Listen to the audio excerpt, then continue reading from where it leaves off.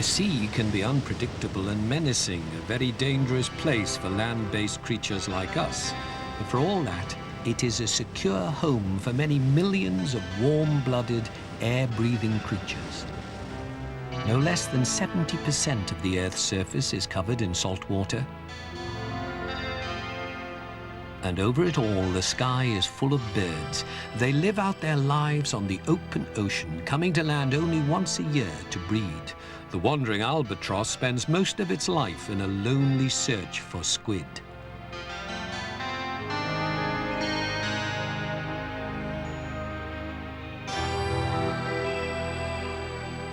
Storm petrels, close relations of the albatrosses, may be the most abundant birds on Earth, though because of the sheer expanse of their range, even regular seafarers see only a few at a time.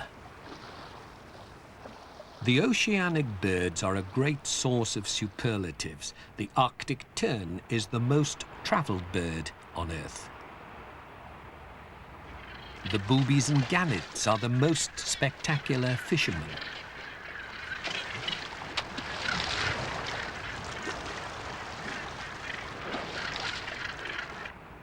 The piratical frigate bird is the best aerial acrobat.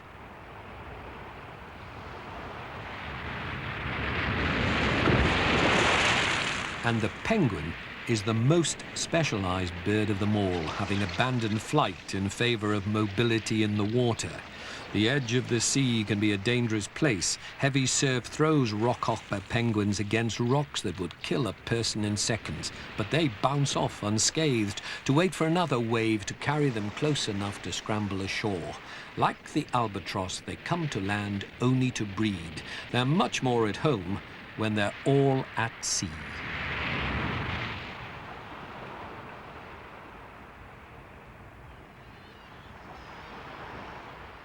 Now some of them are on the rocks. This is the Knoop of Nos in Shetland. It was once the largest seabird colony in northwestern Europe. But in 1988, the population crashed after a disastrous breeding season. This is how it used to be. The two essential ingredients of a good breeding place are food and safety. The cliffs are still safe, 600 feet high with secure ledges to suit a wide range of species. What is gone is the food, and with it the birds which were here only a few years ago. Auks are members of a large family of small-winged diving seabirds. They catch their food in different ways and in different places. The guillemot, with its long, slender bill, catches small fish in mid-water close to the shore. The puffin's stubby triangular bill is more effective for catching the fry of oceanic fish, often some way out to sea. The razor bill has a much heavier bill than the others and has been known to steal from them in hectic underwater chases.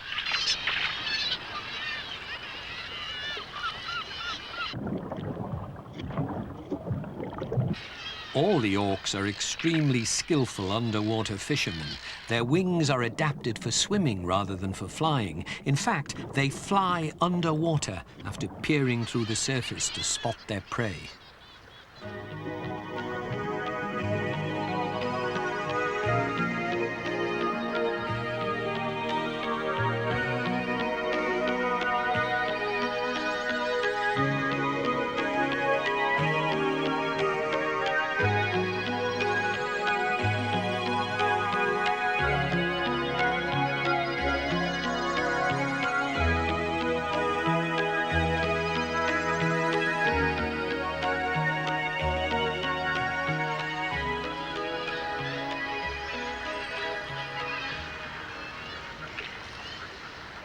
The northern gannet spots its prey from the air, pinpoints its target and drops onto it like a stone.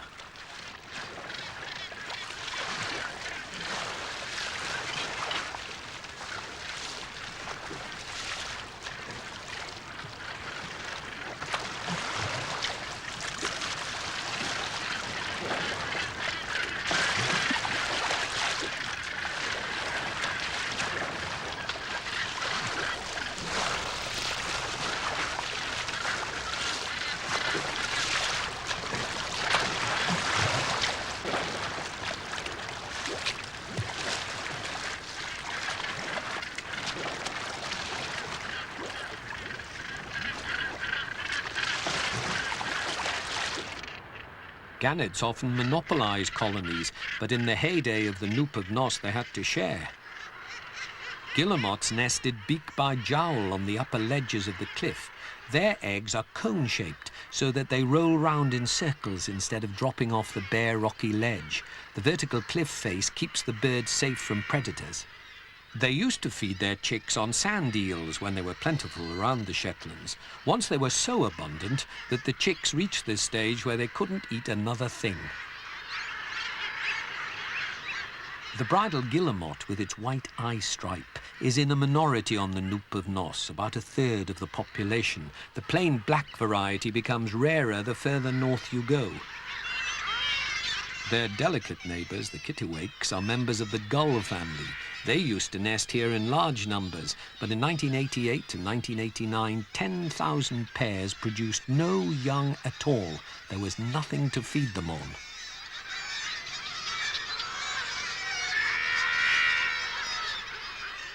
A mixed colony of guillemots and kittiwakes creates a wall of sound in which mates can somehow distinguish each other and their chicks. Above them is gannet country, bristling with aggression. Each nesting pair ferociously guards its territory, but ritual signals between the birds keep actual conflict to a minimum.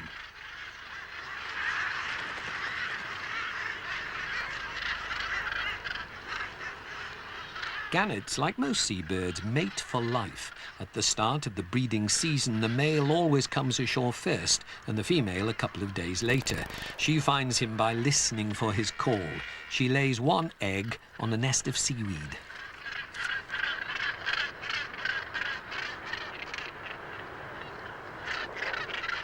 When their chick has fledged, the pair will go their own separate ways until they return the following year, when they will pair up again.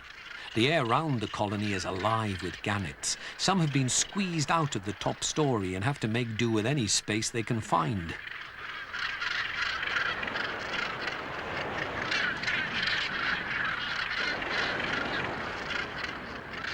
Above them, the puffins, dressed in their breeding livery. Their beaks at other times of the year are rather drab, but in spring they earn their northern nickname, Kultaneb, or coloured nose. With such a squat body and short, stubby wings, a puffin has to rely on the wind for liftoff.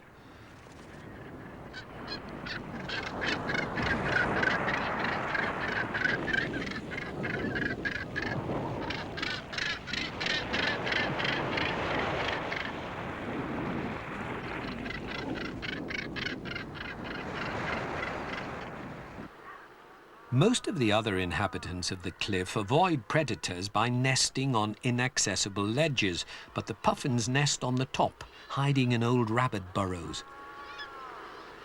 When a pair has laid claim to a burrow, both birds collect grass to build a nest, which may be several feet underground.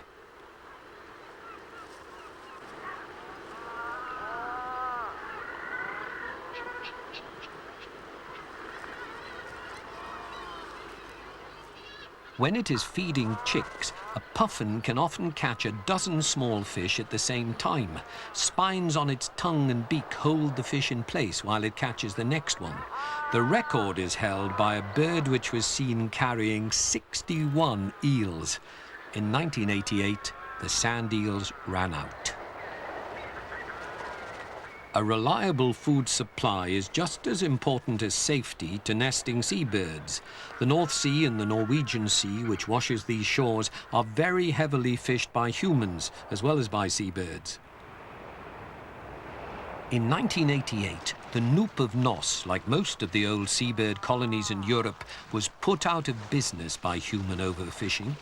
Surprisingly, some seabird colonies survive, even close to populated coast. Arctic terns on the Farne Islands, for example. The Farnes are off the Northumberland coast of England in the North Sea itself. Arctic terns journey south to the Antarctic summer during our northern winter, and by doing so they spend more time in daylight than any other creature on Earth. When they return to the Farnes to breed, some will have completed a round trip of 24,000 miles, and many travel still further north to the Arctic tundra. They are extremely territorial. Any intruders face a continuous dive-bombing barrage.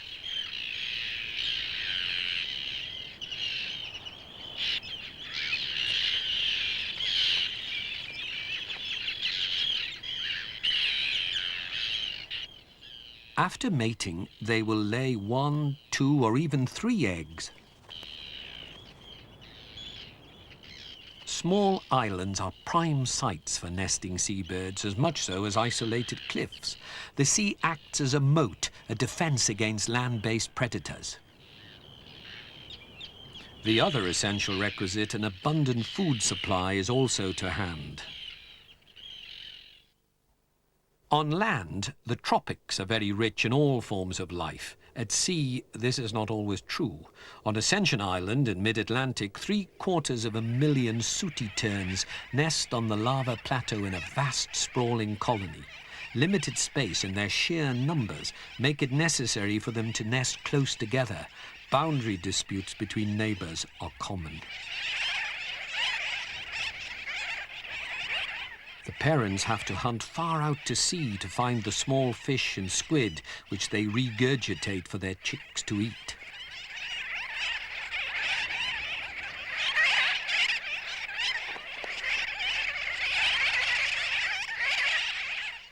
The speckled chicks are well camouflaged among the rocks, which helps to conceal them from aerial marauders. When their parents can find enough fish, they grow up in relative security. In a good year, the colony manages to rear all its young successfully. However, in the tropics, there are years when very few chicks are raised at all. They may be well camouflaged, but they are still vulnerable to the frigate birds which patrol overhead.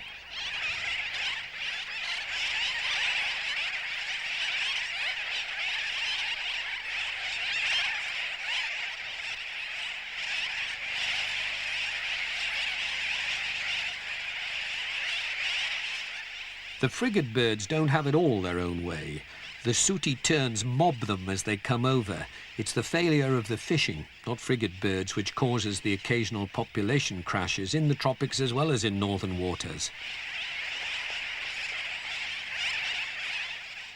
The frigate has a wide range across the tropics. It also breeds on the Galapagos Islands, 600 miles off the coast of Ecuador in the Pacific. Here, the activity in the frigate bird colony is building up to fever pitch. The inflated red throat pouch of the male plays a prominent part in attracting a mate.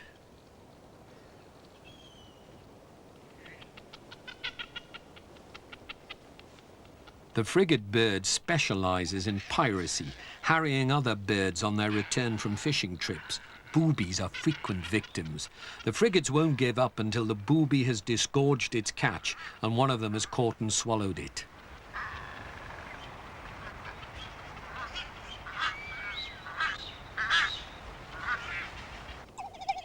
Frigates nest in bushes on a platform of twigs. The male inflates his red pouch to the size of a football and displays it to the females in the air above in an attempt to lure one down.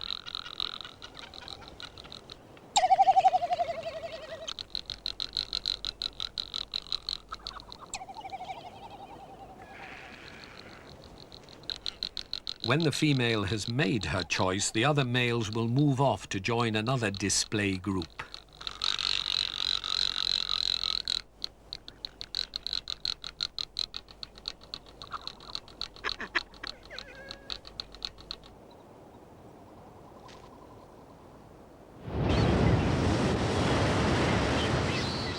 There's plenty of fish in the Galapagos, enough to support 3 different species of booby, close relatives of the gannets. They spot their prey from as much as 100 feet up. When they dive, they drop like gannets, drawing their wings back. Shock absorbers built into the beak take the impact as they hit the water.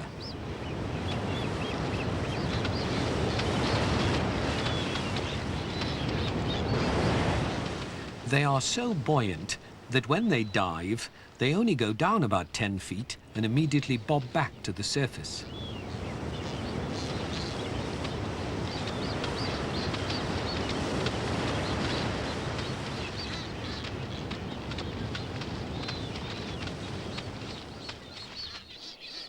Isabella Island has been colonized by blue-footed boobies. Their blue feet play an important role in their courtship display. In fact, a large part of their behavior is designed to show them off.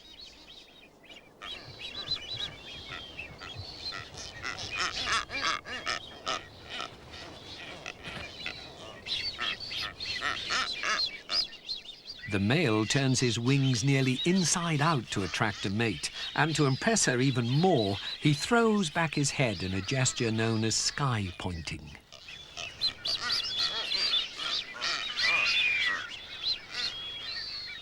Sky pointing and other little intimate signals are kept up all the time the pair is on land.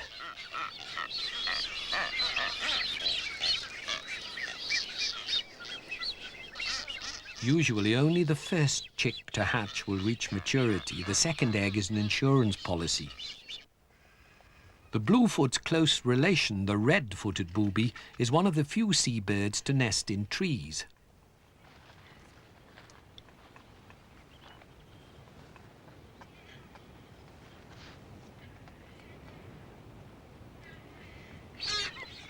The third species, the masked booby, nests on the ground. All three benefit from a quirk of the ocean which makes the Galapagos an ideal breeding place, even though it's on the equator. Unlike Ascension, the Galapagos Islands are surrounded by waters that always abound in food. They lie in the path of the cold Humboldt Current, which travels up the coast of South America from the Antarctic, carrying with it nutrients which form the basis of a rich food chain, so that there's plenty of fish and squid for the birds to eat. There's another stream of life-giving cold water on the eastern shores of the Atlantic. It's the Benguela Current, which flows round Bird Island off the southern tip of South Africa. Cape gannets nest here in a vast colony, sometimes numbering as many as 60,000 pairs. In such a crowd, signals are very important so that no bird gets the wrong idea about another's intentions. After a year at sea, it takes time to relearn their social behavior. Bill tapping and necking serve to deflect the bird's natural aggression. The nests are built from old droppings. Most birds have a brood patch, a bald area on the breast, which transmits the warmth of the body to the eggs. Gannets don't. They use their feet, which are richly supplied with blood vessels. They usually lay one egg, which has to be turned regularly. At a week old, the chick begins to lose its blue colour and starts to grow soft white down. It grows rapidly on a diet of partly digested anchovies and pilchards, which the parents catch just offshore.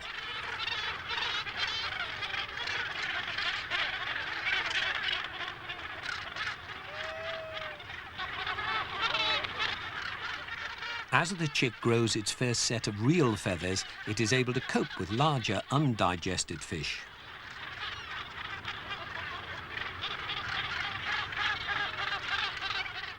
When there is no wind for takeoff, the birds have to get outside the nesting area and take a long run up.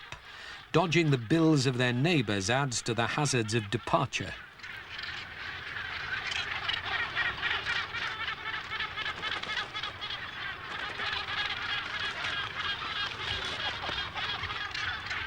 Like the Galapagos, but unlike Ascension Island, Bird Island benefits from a cold current from the south, which maintains its enormous bird population. Alongside the gannets, there's a healthy colony of jackass penguins. Neither species could survive on the erratic food supply of islands like Ascension.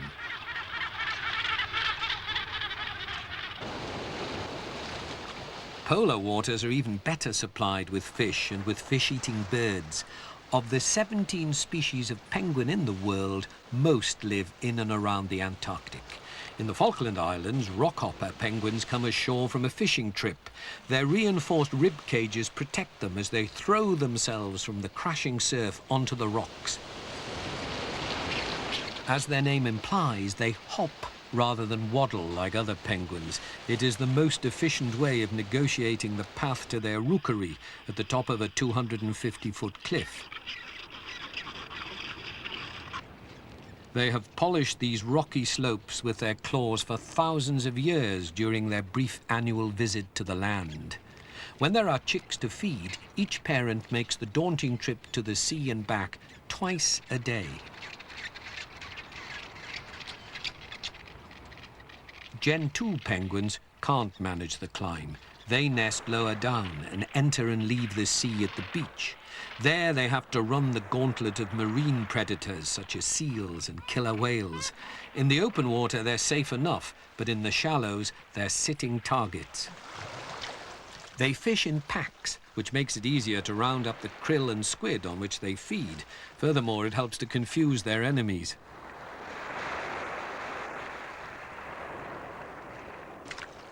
Leopard seals patrol the beaches throughout the penguins' breeding season, taking a steady toll of the birds as they come and go.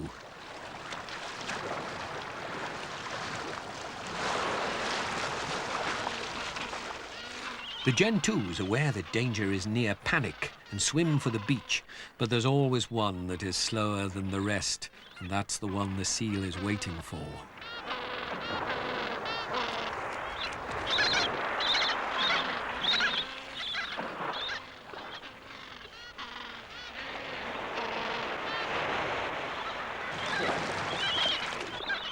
An individual cut off from the crowd has no chance against a swift and determined predator.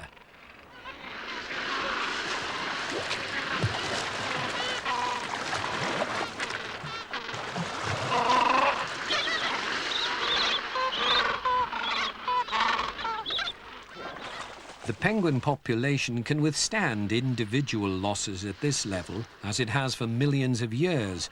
What threatens penguins and all seabirds is not their predators, but humanity. Human activities such as overfishing and pollution affect whole populations and entire oceans. Next door to the rockhoppers, black-browed albatrosses breed in a colony which is deserted for most of the year while the birds are at sea. The juveniles of the year, newly fledged, are taking off on a flight which will last for at least 3 years before they next touch terra firma. During that time, they will depend for survival on their vast, lonely ocean habitat and on what humanity has or has not done to it.